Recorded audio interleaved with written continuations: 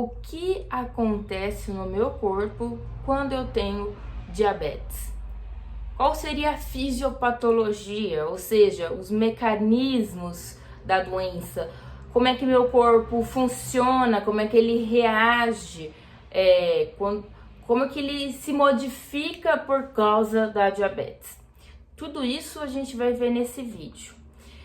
Eu vou deixar aqui já indicado um outro que a gente fez sobre como saber se eu tenho diabetes, como que é feito o diagnóstico. E eu vou responder mais dúvidas ao longo de outros vídeos. Qual que é o conceito da diabetes? Antes de mais nada, é quando a glicemia está alta no sangue, quando há falta de insulina ou tem resistência à insulina. Por exemplo, no diabetes tipo 2, a insulina do paciente está até mais alta do que é a faixa padrão, mas está super alta, porém não está cumprindo a sua ação, que é de colocar o açúcar para dentro da célula. E aí o açúcar fica no sangue. O que seu corpo entende? Ele entende que está faltando açúcar. Por quê? Porque não está recebendo, não está chegando dentro da célula. Vamos começar pela tipo 1. A tipo 1 é aquela que o paciente ele tem um problema no pâncreas e ele não consegue produzir insulina.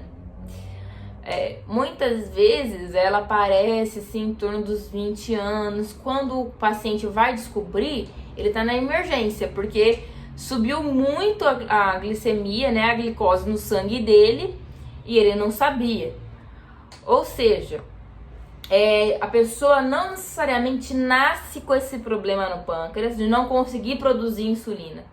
Ela pode ter genes que são precipitantes dessa doença ali. Tem um gene ali, tem outro, tem um fator genético envolvido.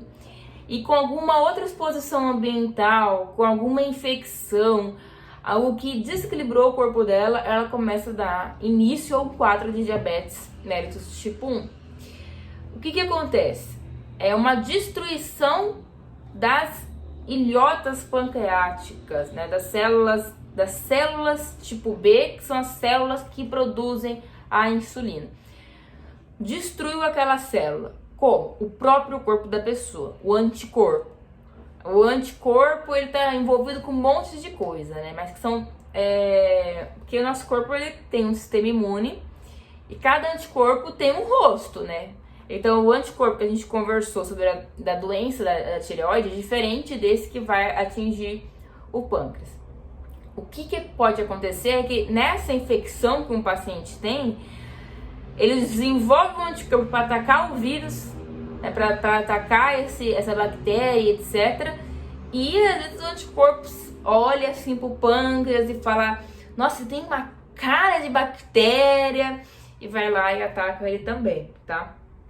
Então tem infecções que precipitam outras doenças por causa disso. Pacientes que têm diabetes mellitus tipo 1, eles são insulínicos dependentes, vão tomar insulina pro resto da vida e só São Pedro que vai mandar parar. Qual que é a diferença principal aqui do tipo 1 e do tipo 2? É a idade. Quem tem diabetes do tipo 1 geralmente descobre isso bem jovem ou jovem no começo da vida adulta. O tipo 2 não, é para mais de 40 anos. Atualmente essa faixa tá caindo.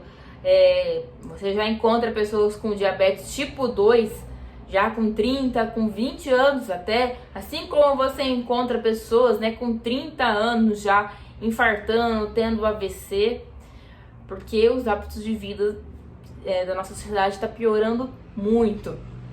E o diabetes tipo 2, ele está envolvido com isso. Como é que funciona? Aqui o pâncreas está funcionando. E ele funciona inclusive demais. Quem tem diabetes tipo 2, né, tem a insulina. Pode ser que lá na frente tenha que usar a insulina porque o pâncreas já não consegue mais produzir a quantidade necessária e também porque começou a já ter lesão no pâncreas. Olha a diferença aqui. Eu tenho diabetes, a glicemia, a glicose fica alta, porque eu não tenho insulina direito, porque meu pâncreas foi, uma parte dele, das células que produzem, foi destruído. O outro, não.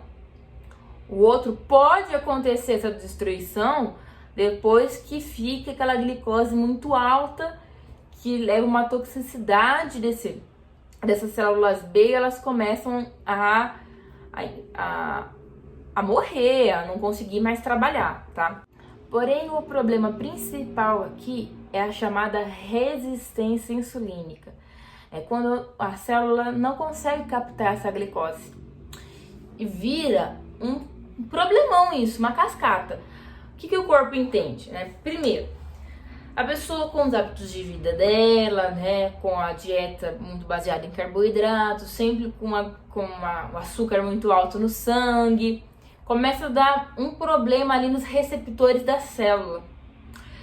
E a insulina tá ali chegando, mas a célula já tá olhando para a insulina assim, ela olha para a insulina, né? Ela olha para a glicose ali e ela olha para a porta que tinha que abrir para receber a glicose, e a porta, ela abriu tanto, né? Porque tava sempre com tanta glicose que estragou a porta. E a célula olha para a insulina, olha para a porta fechada, vê a glicose passando no sangue e a célula aqui com fome, né? Porque começa a dar um problema. Seu corpo começa a entender que tá faltando glicose.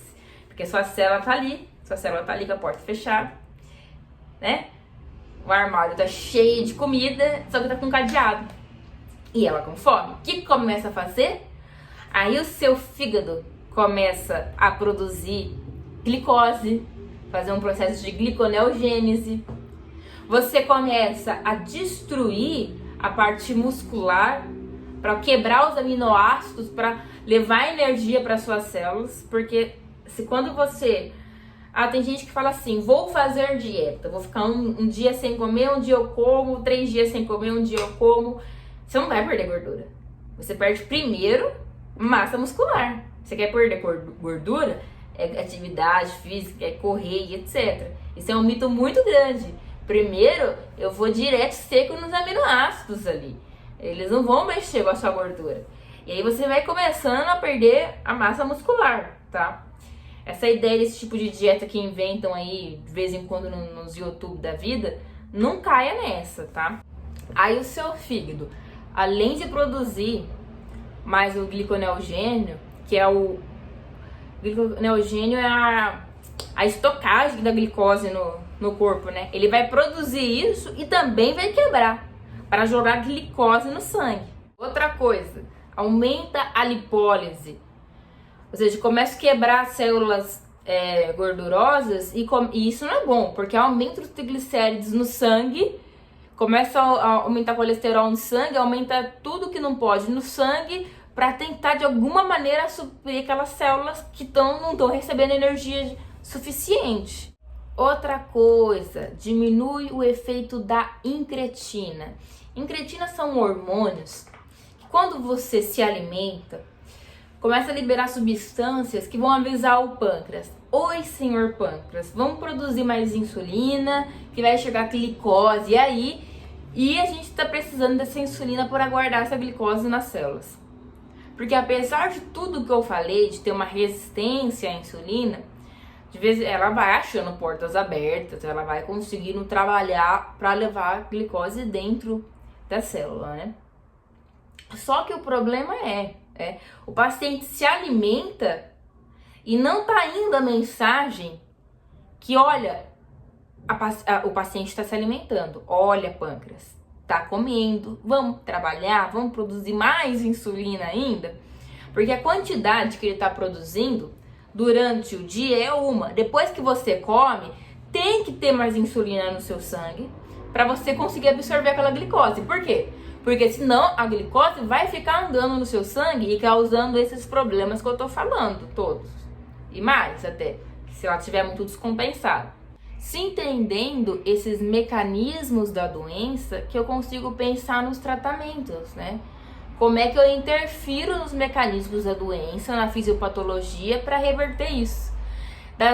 Tem várias classes de remédios hoje em dia para diabetes. Um deles é em relação a essa incretina. Tem remédios que vão simular essas incretinas aqui. E aí ajudar nessa produção de ter insulina. Outra coisa que acontece, outro mecanismo da doença. O paciente, além de estar com glicose já aumentada no sangue, né? Ele vai reabsorver mais. Geralmente a gente perde o açúcar na urina acima de 200. O paciente com diabetes é acima de 250, de 300. A pessoa que, né, não tem diabetes, ela não vai perder açúcar na urina, né? A urina não vai querer que passe glicose, uma coisa tão importante para nossas células. Mas acaba passando quando tá alta demais, porque daí não tem como, tem tanto açúcar no sangue e o rim que filtra o sangue acaba passando a glicose. E aí, o diagnóstico antigamente para diabetes era feito experimentando. O médico experimentava a urina dos pacientes e falava: esse daí está com diabetes. Outra coisa que acontece é disfunção nos neurotransmissores. Então a pessoa vai ter mais fome, até porque o corpo dela entende que ela está precisando se alimentar mais, porque está faltando glicose. Aí a gente começa a entender que desencadeia vários mecanismos para aumentar a glicose no sangue. Ela está alta. Muitas vezes porque o pâncreas não está conseguindo produzir a quantidade suficiente, porque o que ela come, ou pouco que ela come, é só carboidrato. Como é que se resolve isso no primeiro momento? A gente precisa urgentemente estabilizar essa glicose. E estabilizando essa glicose, essa glicemia no sangue da pessoa, esse monte de mecanismos aqui param. Então a gente tem que estabilizar.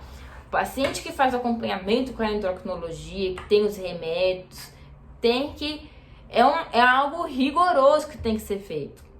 Porque você pode reverter todos esses problemas e o paciente pode ter uma diabetes, pode ter até sintomas da diabetes, fazer a dieta dele, tomar os remédios dele e depois não precisar mais tomar, depois conseguir resolver esse problema, tá? A diabetes tipo 2, você pode conseguir sim, às vezes tá tomando 2 remédios, abandonar ficar só com um. Lógico que o médico que vai orientar isso e falar em que momento se pode deixar os medicamentos ou não, tá? Mas antes de mais nada, por isso que é importante o tratamento. Então não tem jeito de fugir do médico. Quem tem diabetes, não tem jeito. Tem que ficar de olho, tem que estar sempre de olho na glicemia, tomando os remédios direitinho, para evitar que toda essa cascata continue.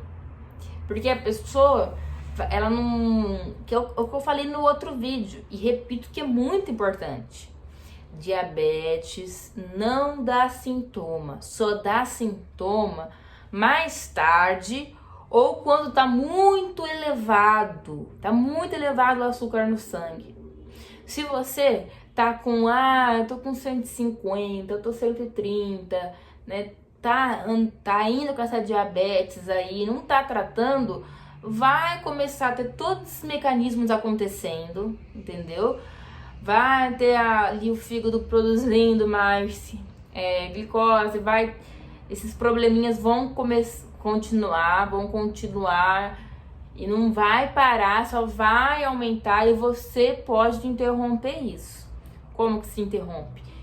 Ficando com a glicemia na média adequada, tá? Então, o acompanhamento certinho com o médico, o uso dos medicamentos é fundamental, porque o nosso corpo ele precisa estar numa faixa ali estrita de hormônio X, de glicose, disso, daquilo, para ele conseguir funcionar.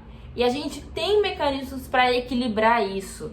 Nós não somos assim, nossa, parece que eu tenho que cuidar de tudo. Não, você cuida só da sua parte, de tomar os remédios certos, de cuidar da alimentação, de cuidar dos seus hábitos de vida, que o resto do seu corpo organiza, ele resolve. O que ele não consegue resolver é quando você não ajuda ele a te ajudar. Quando você não ajuda ele e começa a colocar para o seu corpo uma situação que não é natural, ele não consegue mais trabalhar, ele começa a ter problemas, tá? E aí no próximo vídeo a gente vai discutir sobre os sintomas. É algo que pode ser grave e não precisa ser. Não é um bicho de 7 cabeças. A gente continua esse papo então nos próximos vídeos. Não deixe de curtir, comentar, compartilhar e até mais. Obrigada!